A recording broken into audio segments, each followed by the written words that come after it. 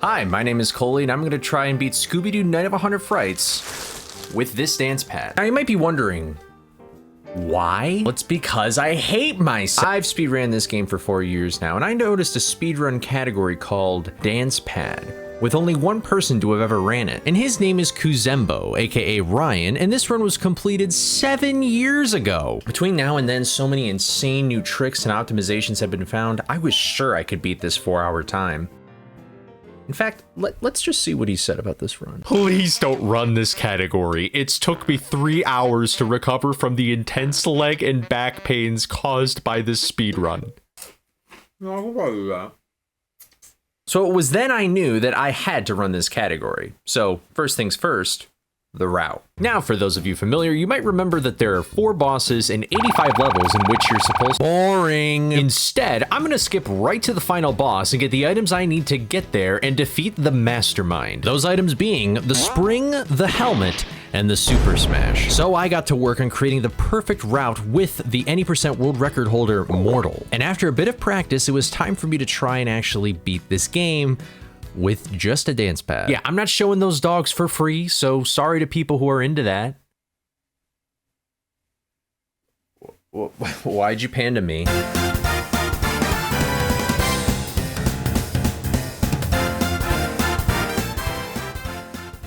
3, 2, 1, go. Now we've started. So with the timer started, the first thing I'm going to do is summon an invisible Shaggy to launch me into the air and grab the key to the Hedge. Wait, what? Yeah, I should probably explain that. Shaggy storage. In this game, there's 2 different kinds of Shaggy. One is where you're Little Spoon, and the other is where he's Little Spoon. In this game, Big Spoon Shaggy is extremely powerful. And if you keep moving after getting thrown by him, he charges up his energy. And if you do this, he transfers his life energy to you, effectively storing Shaggy. So when you jump or stop moving, he comes to you. What do you mean by that? He is so powerful that he stores between loads and save files. He is also so powerful that he just crashes the game sometimes. And when he's in a level he's not supposed to be in, he's just invisible. So we can harness his infinite power before the run starts and use it to reach this key immediately without collecting a single Scooby snack. It's just a one-time use thing though, so that's the only time I can use it. Now, you're probably wondering, why am I doing this? The short answer is to get the helmet, which allows me to kill enemies and break shit. The long answer will be answered shortly. Then why don't you just answer the question? So now we already break the intended path of the game and enter the Hedge maze levels. Just one problem. I only have the single jump. And by this point in the game, I should already have the double jump. Thankfully, this game allows you to jump a little after walking off a ledge, so I get a little extra distance. Cool. Distance is the key. But then there's the problem of height, which leads us to our first hurdle in this run. I need to get up there, but I can't stick around for very long because Audrey 2 over here keeps spitting on me and kills me. But if I do this kind of an arcing jump and hold right and down right, I can just barely get enough height to reach the exit and clear my first hurdle with just a minor hiccup along the way. Yes, yes! Oh, thank God, okay. Phew, I really thought that was gonna take way too much time.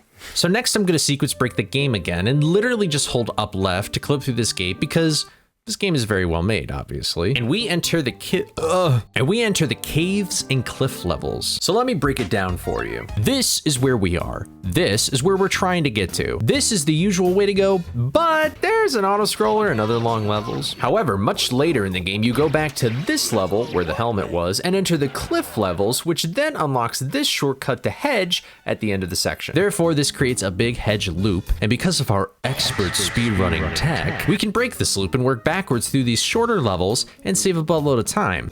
Well, that's except for the... Skull Cliff 4 is the second longest level in the entire game. And the other Skull Cliff levels being so damn short makes crawling through this hellscape seem reasonable. So here's why it sucks. I only have single jump. Seems to be a running theme now. By this point in the game, you're supposed to have been a whole ass boss fight by now, and all I have is what the big guy upstairs gave me. Here's why this really sucks. I have to move diagonally. That means more inputs, which means higher chances for things to go wrong because monkey brain. This one aspect of the game is honestly what makes this challenge so hard across the board, in my opinion. Additionally, I'm going through this level backwards, and I can't move the camera because I mean, that's just good game design. The only thing going for me is that this level has 2 invisible checkpoints, but in other words, It's time to rage against the machine. I already know I'm going to have to sit for this one. Unfortunate. And I need to hit that flying fish because I only have signal jump. Damn. Just consider me sitting down as like having the back rails on like a DDR machine. like I'm trying, guys. I'm trying, I swear. Oh, son of a bitch. Oh my god.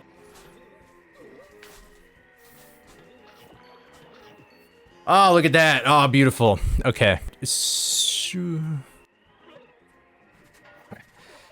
Oh, we killed that, dude. I think we killed that. Don't notice me. Don't notice me. Don't notice me. Whew. Okay.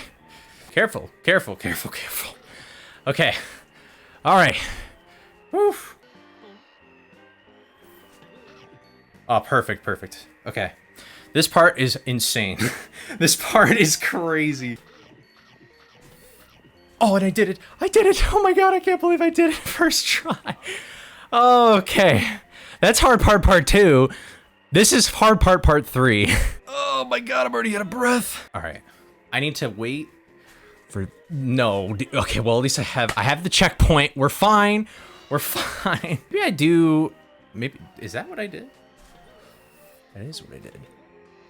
Oh, no! All right. Whew. Okay, I'm gonna stand up again because I feel like I can do that from here. Whoa. Don't f with me, Scooby. No! I gotta do that all over again. Oh no! How the hell? How did I do that? How did I live? You rushed it last time and then you freaking died. So just maybe chill. Boom. There you go. Okay. We're okay. Okay, just don't do anything ballsy, man. What are you doing? No! No! Okay, you know what? I'm just sitting the whole time. Don't hit me. What? Whatever. Get this. Jump down. There we go. Oh my god, dude. That did not need to take as long as it did. So now that we got through that plague of Egypt, the rest of the cliff levels are relatively easy. There are some sussy parts like these trampolines or this platform here, But we pushed through and finally reached the hill, which at its peak harbors the helmet. We must climb and reach its peak, avoiding traps and enemies while also doing precise platforming. No!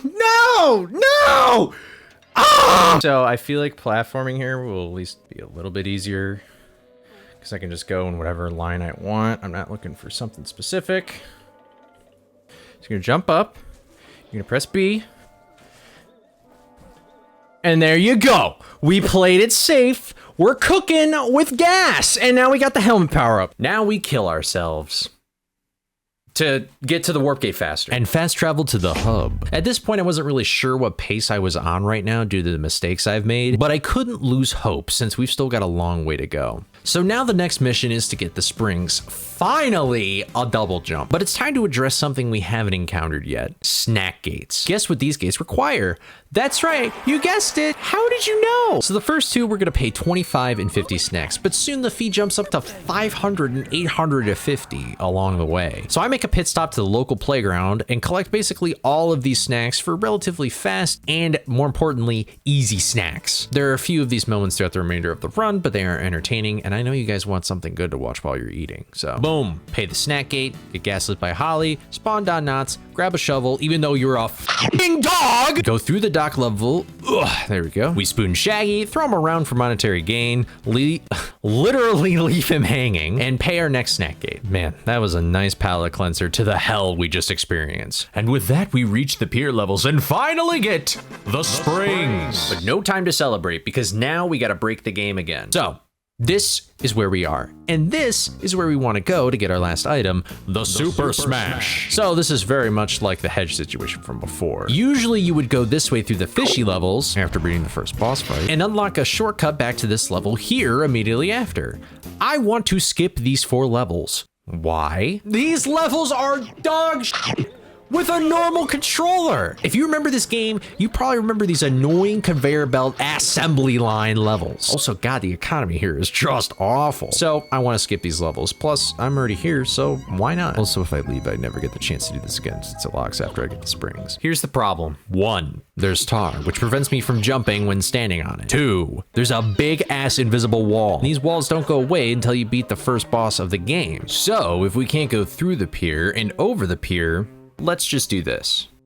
Like that, and then just magically teleport all the way to here. All right, let me explain. Death changes level properties, specifically water. If you don't die in a level, then water is much more forgiving. Like, look, I can Little Mermaid on this rock, and I can jump on these boats. But if I die in a level and try that stuff, now the water drowns me, and now it clips through the boat! Water can, if at the right place and the right time, be clipped through if death has not occurred since entering the level. In this case, coming from the Pier 3 door, I wait for this crab to get near this barrel and just hold down right. Ta-da! We clip through the water. But you're probably more curious about this f***ing dark magic. It's called a void warp. You see, every level exists in what is called the void. And the void is a place that the player should never touch. Like ever. Like, that's the whole point. But in case the game design was too good for players, the devs put a failsafe to warp you back into the world from the void, hence the name Void Warp. Now, each failsafe has a designated spot in the level where it'll put Scooby back, which in this level happens to be here for reasons you would probably consider boring, but just in case, boom, there you go. So with the wombo combo of water and the void, we can teleport and get to the other we can teleport and get to the other side and skip these annoying ass levels and the gate. Now this looked hard, but this was actually the easy part because now we need to get through.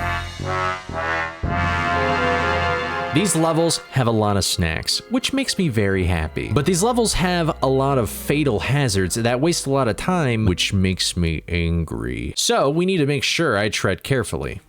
Never mind, I have the skills. Going for it. No, no, no! Oh my god! This game just gave me a little lollipop, and now I'm scared. A few inches later. All right, cool. Then we're gonna after. So remember earlier when shortly I would explain why we use Shaggy storage? Well, shortly is now, and it's because of this. If I didn't have the helmet right now, not only would I have lost out on all of these snacks, but I would have had to clip through these boxes to get the skeleton keys. And this trick is literally called Fish Cringe, and you think I want to go through that on a dance pad? So the next coast levels are... sorry. The next coast levels aren't too bad! This level, other than being the actual loudest level in the game, is easy if you play it safe. This level is the exact same way. I was even able to get some extra snacks thanks to Great Dane Jesus here and some proper jumps. But this is the 500 snack gate paid off. Now we just need to make sure we get 850 snacks by the time we get to the end, if we even get there. I don't really have a backup plan. I probably should have had one of those. So after getting some more snacks, killing a bunch of enemies, while climbing to the top of the lighthouse, we finally get our power up, The Super Smash. So we warp back to the docks, take a secret shortcut to enter the creepy levels, to skip another expensive snack gate. But we're about to skip a hell of a lot more because now it's time to gun it right to the mastermind. Press some buttons, collect some keys, use Shaggy to gain unauthorized access, and an unreachable door. Now this is where the next major sequence break comes in. Redbeard skip, aka RBS. LOL. OMG. Usually we need to fight this guy to get our one piece of gum and go through the basement to get some soap to use that and climb up. But instead, all we need is 2 invisible ledges, 5 jumps, and a dream. Land on the ledge about where Scooby... just like that, boom. That's hard thing number 1 out of the way, which isn't too bad. And then this is the scary part. This next trick is by far the most stressful part of the entire run. I was gonna perform tricks that had never been performed with a dance pad ever. If I could do it, I could be saving hours of time. And if I couldn't, the run would be over. It's time to go to the lab. There are two things that stand between us and victory: this huge wind tunnel and the northeastern electrical grid. So first of all, we gotta get over this tunnel, and to do that, we would usually get the umbrella power up from the Green Ghost boss fight, but instead, I'm gonna do what's called Green Ghost Skip. It involves jumping on invisible ledges around here and landing up here using this bat to make it across. This trick cuts out so much time, but it's super difficult and very risky. Unlike this wall where I could blindfold myself and find the ledges, these are much smaller and much more precise to land on. If I don't get this trick in a certain amount of time, I could be throwing my run right down the shitter. Now, some of you have probably noticed since the last trick, hey, Coley, why are you sitting on the floor like a little bitch? First of all, the rules don't mention that I have to only use my feet. It only mentions just using the dance pad. Second of all, I have to make such quick turns throughout the run and future segments, I physically just couldn't do it with just my feet. Third of all, Ryan did this too, so I don't feel that bad about it. I've made it this far, okay? Honestly, doing it like this hurts your back way more too. I spent forever trying to see if this trick was even possible on dance pad during my practice. And after getting it like about 3 times, I thought I could try and go for it. But even if I get the trick in a run, I still need to get through the electrical room, where one false step will kill you. And guess where you end up when you die? Right back here. Right back at the f***ing beginning, which means you'd have to get the trick all over again. The only place where it's safe to stand in this lab is hospital beds, beakers, books, and sinks, because, well, isn't that just common sense? So the way to turn off the electricity is getting to the button up top here, and there's actually a few ways to get up here, but all these suck because they have a lot of inputs and diagonal movement going on, which is disgusting. And the casual way is actually the worst way to ever get through this room. So I chose what I felt would be the easiest method I could perform with a dance pad. Rail jump. I jump on this rail and I make it. While the concept of the trick sounds simple, it's like these online casinos because I'm gambling and wasting a lot of time. This jump requires precise positioning, but with the right amount of distance and height. The other good thing about this trick though is that these electroplasma ray current things only tickle Scooby, so I can actually get up and try again so long as I have the health. So the stakes were pretty high and I was shitting myself. Ryan spent half an hour here and he had the umbrella, but I tried to remain calm and focus on what I knew. But we're so good! Okay, wait, I'm gonna wait. I can't believe I just got that as quick as I did.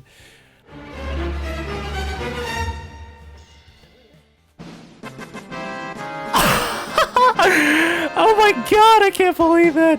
I can't believe that worked. Okay. Okay. It's not even a problem, dude. Okay. We're gonna go down here. I'm gonna go up against this rail right here. I don't want to get too far to the left, but I also don't want to go too low. Cool. Cool. Awesome. That's a little scary. Okay. Oh my god, I can't believe I'm right here. Okay. I need to, so there's this little electrode next to Scooby's head right now. I need to land on that, particularly on like the left side as best as I can get. It's a little scary. Okay. Dude, I can't believe I just did that first try. I can't. Oh my god. Are you kidding me? That is like Ryan spent 30 minutes in here. What is my... And I have such good snacks. We destroyed lab. Holy fuck. This run has a chance of being a massive world record. The rest of lab, super simple. We press a button, do an easy wall climb, and pay our final $8.50 snack gate with even some snacks to spare. We see Shaggy getting eaten by a shark, but helping him takes too long, so we just clip through the store instead. So that means the last thing to do now is to defeat the final boss, the mastermind.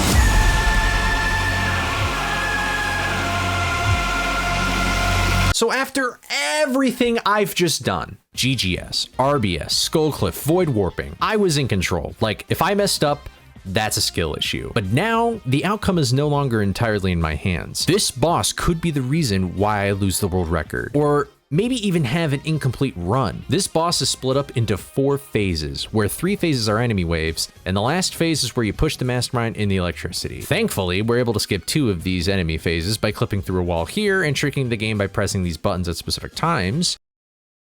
That's all I really got working for me, though. Here's what I don't have going on for me. Everything else. These enemies are extremely annoying to deal with on a dance pad. The space kooks attack at long range, so that's pretty annoying. Furthermore, the robots need to be hit twice in a specific order, and if they get back up after the first hit, I have to deal with them all over again. Additionally, because this game is very well designed, if I don't kill all the enemies fast enough, they'll respawn before I even get the chance to press the buttons I need to. That's just the enemies. The mastermind himself needs to be hit a specific way, but where he spawns is completely RNG. So our best bet is to wait for him to spawn close to where he needs to be, and that's really how the run is completely out of our control. So here's the game plan. Save the game in case we get hit by the cutscene trigger that'll reset the fight. Then we clip through the wall to skip phase 1, walk to this specific spot to give ourselves a good respawn when we die, get as much health as we can before beginning the boss fight, press buttons, kill enemies ASAP. Hopefully we get this guy first. Press the buttons to skip the 3rd phase, then fucking panic, aka run around and stunt robots until mastermind spawns where we want him. And if we fail, we just keep trying. For context, Ryan spent an entire hour here. That's a quarter of his entire run. This is it's so stupid. This boss fight is so easy with a normal controller, and this actually makes him feel like a threat. So here we go. Let's try and make it happen. So we're gonna charge through here. I just realized I need to stop the timer, but you know what, mods, understand for a sec. So I need to press these buttons here, and then we're going to hit that guy. And I'm at low health already, which is a huge disadvantage. If I take too long, like, the enemies are gonna respawn. 1, 2, like that, and then I'm screwed. And we're just gonna be here for a while. Hopefully not too terribly long. Hopefully they don't respawn. Like that. That sucks. 1, 2, 3, 4, 5. So that's gonna do a phase skip, and I didn't die. Okay. All right, let's get some food. So the name of the game now is I just need to wander and walk around a little bit and just hope that Mastermind gives me like a good spawn. Like that. Oh my god. Oh my god. No, no. Oh, no! No! God! No! Ah! That was right there! That's exactly what I wanted! Oh no! Are you kidding me? It's fine. That was, if we could do it once, we can do it again. That's the cope of speedrunning right there. Damn, dude! I could have had it right there! I just need to... I'm gonna put my head in your butt right there. Look at that. Oh, son of a... No! No! I feel like, okay, maybe waiting for the enemies to respawn is actually kind of a good strat, though. Because then it's like, I can lure them a little bit. I can lure them away. Okay. And then... Hit the... Stop dancing on me, you stupid little bitch. Don't Fortnite emote on me. Stupid ass robot. 1, 2, 3, 4. No! Why? What? How can I get hurt but not hit something? 1, 2, 3, 4, 5. No! Dude, I'm so pissed! Whatever, dude. I don't even care. Oh my god. Why do I even bother trying to do that every single time? Low health. 1, 2. Oh my god, if that f***ed me up, I'm gonna be so goddamn pissed. Okay. Okay.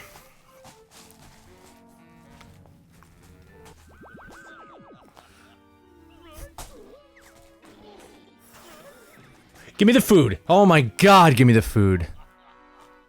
I can't believe I had There it is. Okay. And then... Oh! Oh, yes! Dude, I got some too! Oh my god, I can't believe that finally happened! Oh my god! God.